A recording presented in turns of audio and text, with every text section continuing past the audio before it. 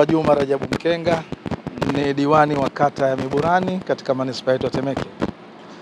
Leo ilikuwa siku muhimu sana kwa madiwani wa Temeke na ni siku muhimu sana kwa wakazi na wananchi wa wilaya yetu hii katika manispaa yetu.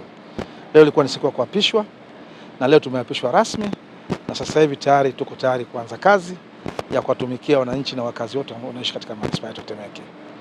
Matarajio ya wananchi ni kuona wanapata maendeleo ya haraka, maendeleo yanayoonekana. Na ni imani yangu kwa baraza jipya ambalo tumelianza leo, limefunguliwa leo, ninaamini kwa chini ya mstahiki meya wetu ndugu yangu Uzairu Abdul Athman pamoja na mkurugenzi wetu na mkuu wetu wa wilaya, kasi ya maendeleo nadhani itakuwa mara 2 au mara 3 kuliko kipindi kilichopita.